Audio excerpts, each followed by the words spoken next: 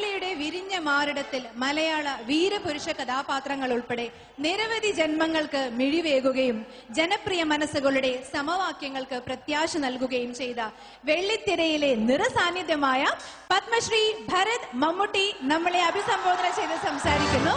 Sir please.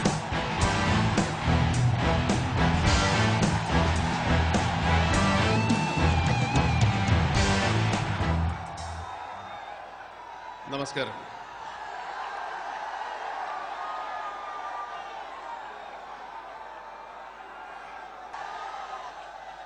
മിന്നും പൊന്നും താരങ്ങൾ അല്ലെ. അടുത്തതായി വരുന്നു.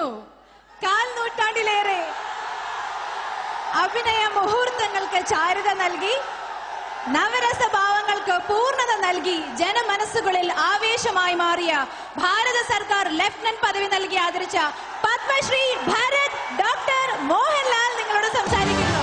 Sir please.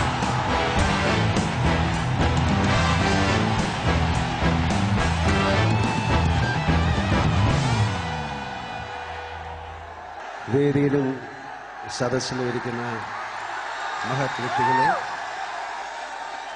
പ്രിയപ്പെട്ടവരെ, ഇത്രയും ആവേശകരമായൊരു സ്വീകരണത്തിന് ആദ്യം നന്ദി പറയുന്നു.